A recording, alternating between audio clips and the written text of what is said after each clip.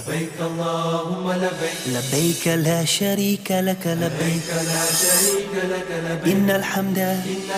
والنعمة والنعمة لك والملك لك والملك لا شريك لك لبيك اللهم لبيك لبيك اللهم لبيك لبيك لا شريك لك لبيك لا شريك لك لبيك إن الحمد الحمد والنعمة والنعمة لك والملك لك والملك لا شريك لك لبيك اللهم لبيك لبيك اللهم لبيك لبيك لا شريك لك لبيك لا شريك لك لبيك إن الحمد الحمد والنعمة والنعمة لك والملك لك والملك لا شريك لك. بسم الله الرحمن الرحيم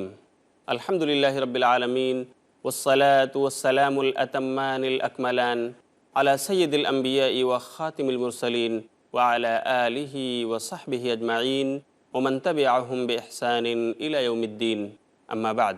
قال الله تعالى في القرآن المجيد أعوذ بالله من الشيطان الرجيم بسم الله الرحمن الرحيم إن الصفا والمروة من شعائر الله فمن حج البيت أو اعتمر فلا جناح عليه أن يطوف بهما ومن تطوع خيرا فإن الله شاكر عليم رب اشرح لي صدري ويسر لي أمري واحلل عقدة من لساني يفقه قولی. محترم ناظرین کرام، فضائل حج کی اس سیریز میں آج آپ کا پھر سے استقبال ہے. السلام علیکم ورحمۃ اللہ وبرکاتہ. شاید آپ کو یاد ہوگا کہ پچھلے درس میں آپ سے گفتگو کر رہا تھا آب زمزم کے بارے میں کہ آب زمزم کس قدر پاکیزہ اور غذائیت والا پانی ہے. آب زمزم ہمیں کب اور کہاں سے ملا، آب زمزم سے پہلے کی ہوئی دعا کس قدر قبول ہوتی ہے، اس سے متعلق کچھ واقعات بھی ہم نے آپ کو سنائے تھے. اسی طرح آب زمزم سے متعلق بعض مغالطات اور بعض غلط فہمیاں جو تھیں جو عام طور سے معاشرے میں پائی جاتی ہیں، ان کی بابت بھی ہم نے کچھ باتیں کی تھیں. آج کا عنوان ہے سعی صفا مروہ کے احکام، کہ جب آپ صفا اور مروہ کے درمیان سعی کرنے جائیں تو کن چیزوں کا خیال رکھنا آپ کو ضروری ہے، اس کے احکام کیا ہیں. لفظ سعی یہ عربی زبان کا مصدری کلمہ ہے. کہا جاتا ہے سعی یسعی سعین، اس کے معنی ہیں دوڑنا، چلنا. شریعت کی اصطلاح میں سعی کہتے ہیں صفا اور مروہ کے درمیان 7 چکر لگانا. اس طرح سے ایک سعی مکمل ہوتی ہے. تو جب سعی کا لفظ بولا جائے تو اس سے صفا اور مروہ کے درمیان کے 7 چکر مراد ہوتے ہیں جو ایک حاجی اور عمرہ ادا کرنے والا انسان کرتا ہے. اور یہ بات بالکل واضح رہنا چاہیے کہ صفا اور مروہ کے درمیان کی سعی یہ حج اور عمرہ ہر ایک کا رکن ہے. یعنی اس کے بغیر نہ تو حج ادا ہوگا کسی حاجی کا اور نہ ہی عمرہ ادا ہوگا کسی عمرہ کرنے والے کا، جب تک وہ صفا اور مروہ کے درمیان کی سعی نہ پوری کر لے. ایک روایت جو صحیح ابن خزیمہ کتاب المناسک میں حضرت صفیہ بنت شیبہ رضی اللہ عنہا سے مروی ہے، وہ کہتی ہیں کہ انہیں ایک ایسی خاتون نے بتایا جس نے نبی صلی اللہ علیہ وسلم کو صفا اور مروہ کے درمیان سعی کرتے ہوئے یہ الفاظ آپ کی زبان سے سنے تھے کہ آپ فرما رہے تھے کتب علیکم السعی فسعوا، لوگو تم پر سعی فرض کی گئی ہے، صفا اور مروہ کے درمیان دوڑنا تم پر فرض ہے، اس لیے تم اسے کرو، ضرور کرو. اسے پتہ چلتا ہے کہ صفا اور مروہ کے درمیان کی سعی یہ حج اور عمرہ ہر ایک کا رکن ہے، پلر ہے. اس کے بغیر حج ہوگا نہ عمرہ. البتہ یہ بات بتاتے چلوں، اگر طواف کے بعد کسی شخص کو قضاء حاجت کی ضرورت پڑ گئی اور وہ باتھ روم میں، ٹوائلٹس وغیرہ میں وہاں جا کر اس نے قضاء حاجت کی اور دیر ہو گئی، پھر آ کر اس نے سعی کیا، تو اس میں کوئی مضائقہ نہیں، اس کی سعی ہو جائے گی. یعنی طواف کے بعد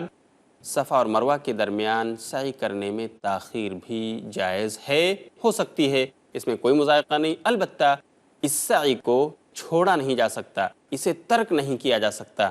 کیونکہ یہ حج اور عمرے کا رکن ہے. اس کے بغیر نہ حج ہوگا اور نہ ہی عمرہ. سعی کے آداب اور اس کے طریقے کیا ہیں؟ سعی ایک ایسی عبادت ہے جس کے لیے وضو تو ضروری نہیں، البتہ افضل ہے کہ آدمی باوضو ہو،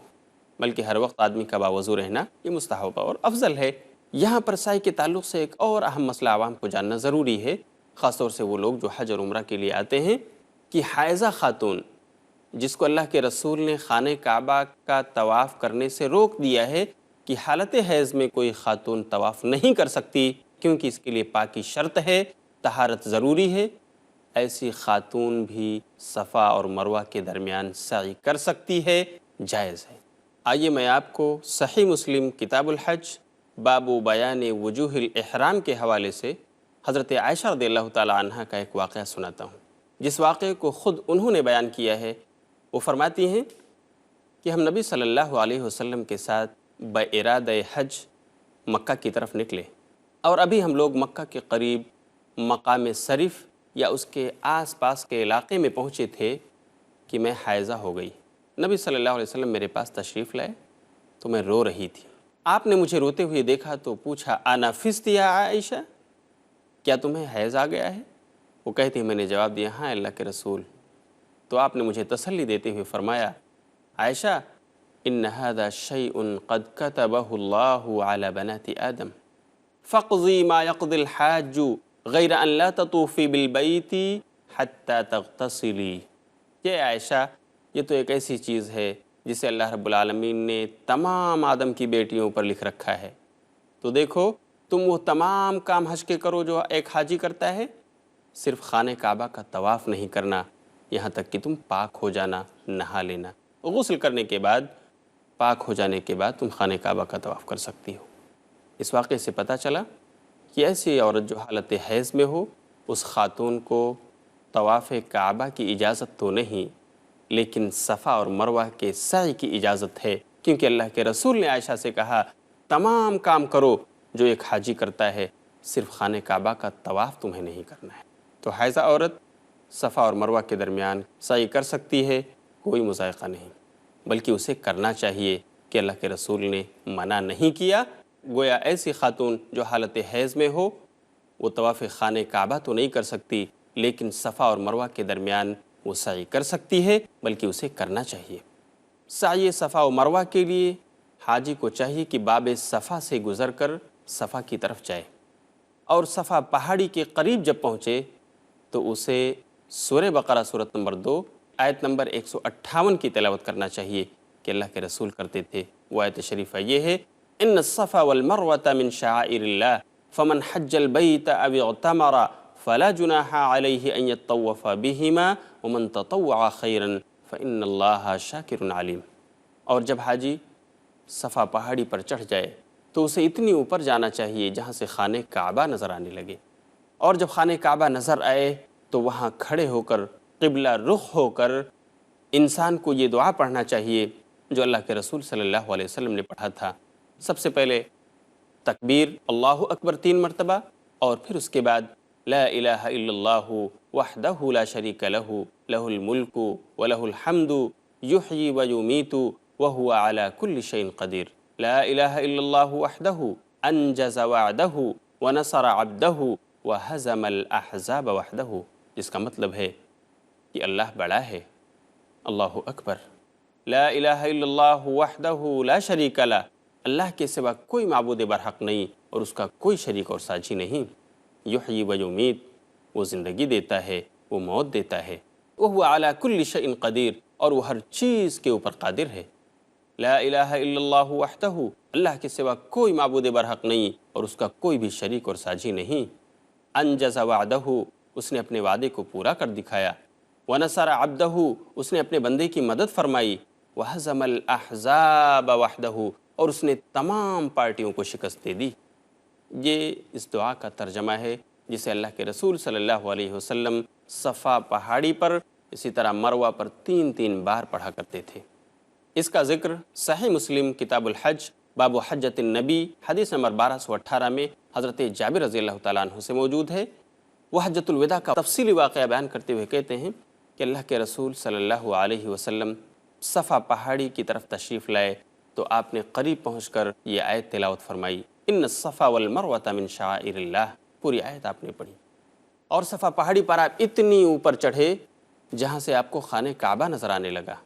اور وہاں قبلہ رخ کھڑے ہو کر آپ نے 3 بار یہ دعا پڑھی، اللہ اکبر اللہ اکبر اللہ اکبر، لا الہ الا اللہ وحدہ لا شریک لہ، لہ الملک و لہ الحمد، یحیی و یمیت وہو علی کل شیء قدیر، لا الہ الا اللہ وحدہ انجز وعدہ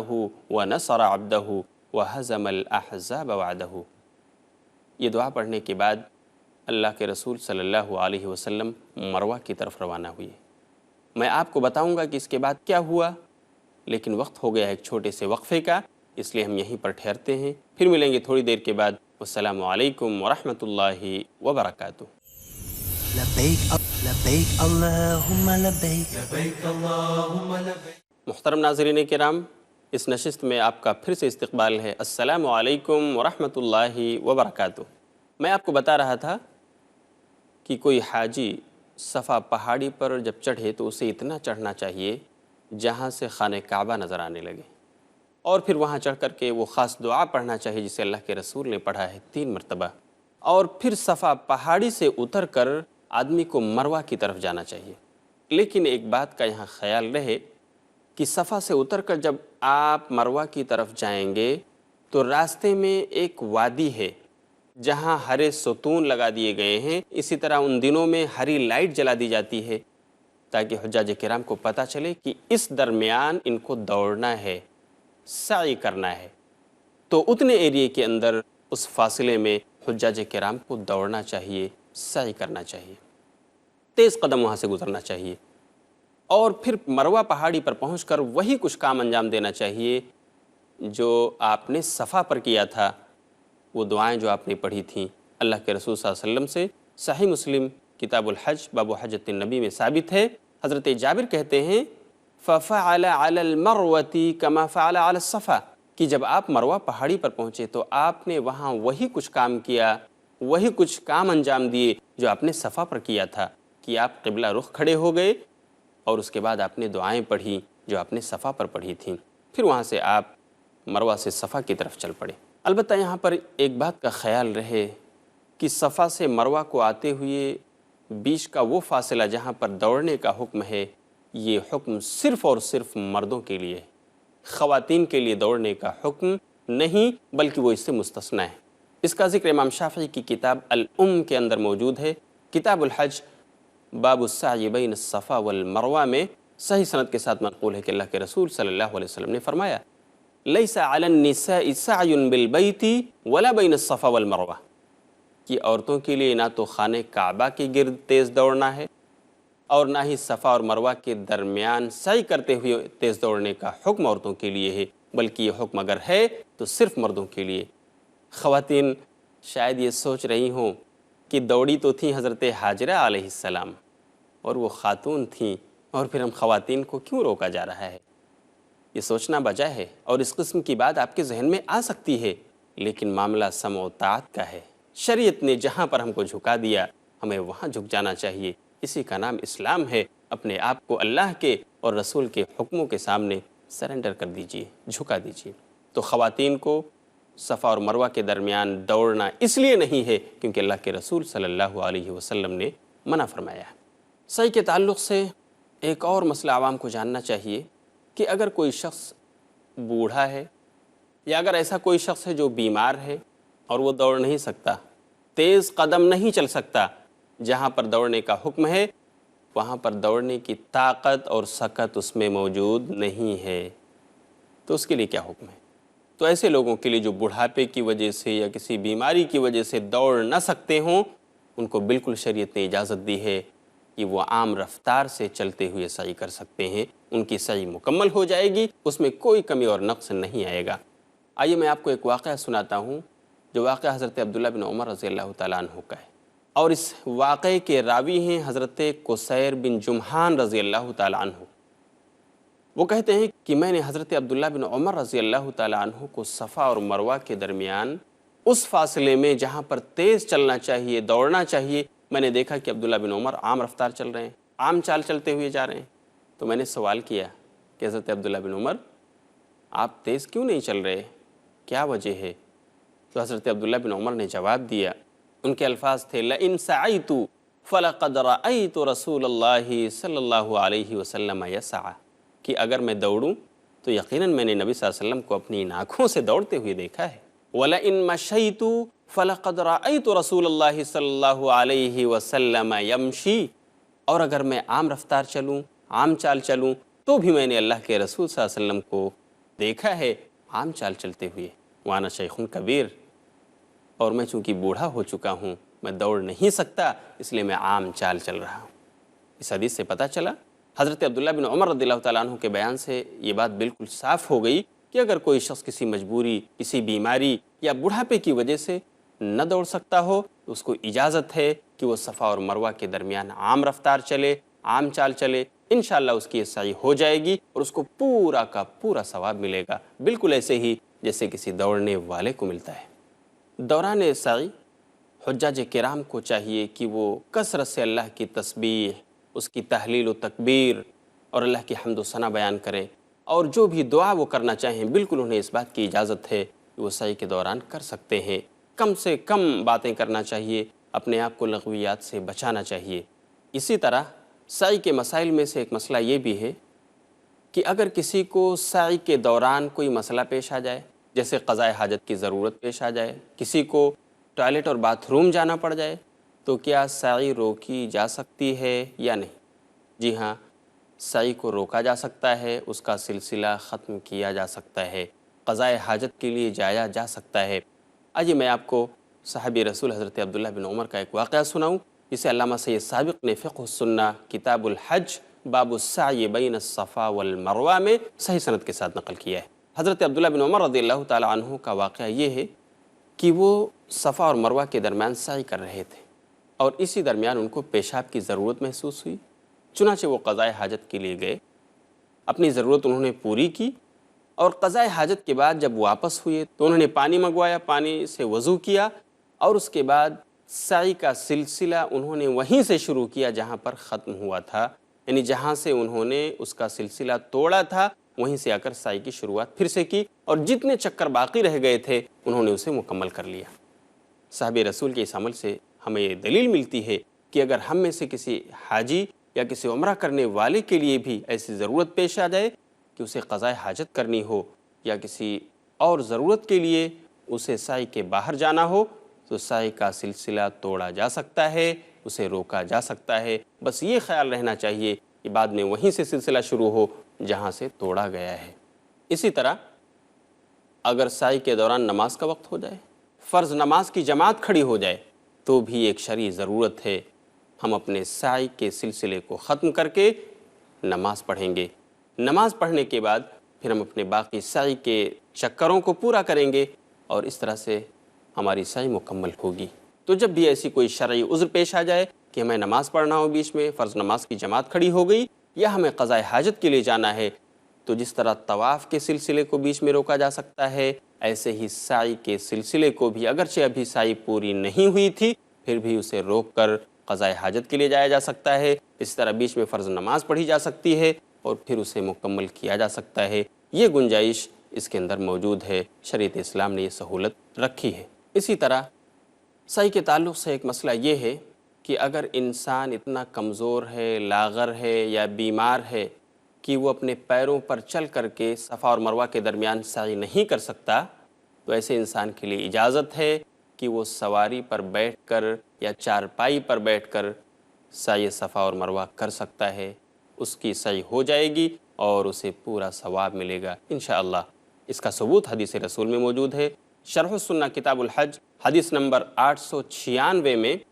حضرت قدامہ بن عبداللہ رضی اللہ تعالیٰ عنہ سے روایت ہے، وہ کہتے ہیں رأیت رسول اللہ صلی اللہ علیہ وسلم یسعى بین الصفا والمروہ علی بعیر فلا ضرب ولا ترد ولا الیک الیک۔ قدامہ بن عبداللہ کہتے ہیں کہ میں نے نبی صلی اللہ علیہ وسلم کو صفا اور مروہ کے درمیان سعی کرتے ہوئے دیکھا کہ آپ اونٹ پر بیٹھ کر، بعیر کے لفظ ہیں کہ آپ اونٹ پر سوار ہو کر کے سعی کر رہے ہیں، لیکن نہ تو آپ اونٹ کو مارتے تھے، لا ضربہ ولا تردا، اور نہ ہی اونٹ کو بھگاتے تھے، ولا الیک الیک، اور نہ ہٹو اور بچوں کی آواز لگاتے تھے۔ تو اللہ کے رسول صلی اللہ علیہ وسلم سے یہ ثابت ہے کہ آپ نے سواری پر بیٹھ کر سعی کیا ہے، اور امتیوں کو یہ سہولت آپ نے پہنچائی ہے کہ اگر ان کو بھی ضرورت ہو تو دین میں یہ گنجائش ہے کہ صفا اور مروہ کی سعی سواری پر بیٹھ کر یا چارپائی پر بیٹھ کر کی جا سکتی ہے۔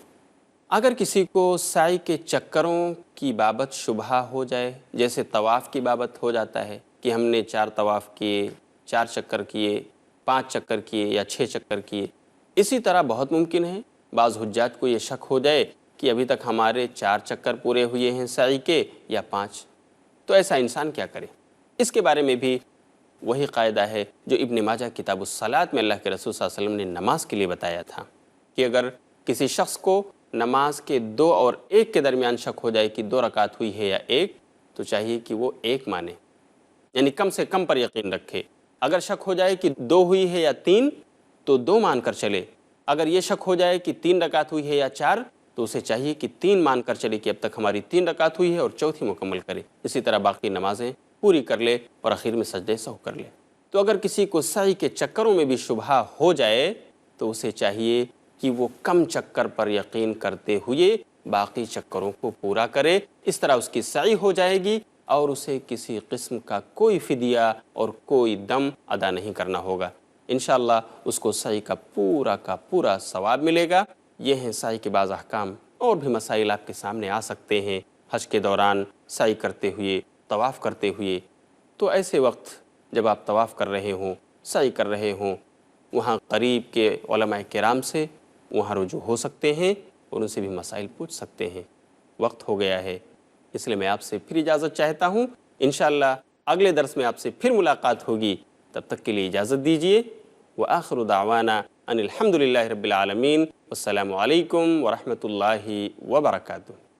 لبيك اللهم لبيك لبيك اللهم لبيك لبيك لا شريك لك لبيك لا شريك لك لبيك إن الحمد الحمد والنعمة والنعمة لك والملك لك والملك لا شريك لك لبيك اللهم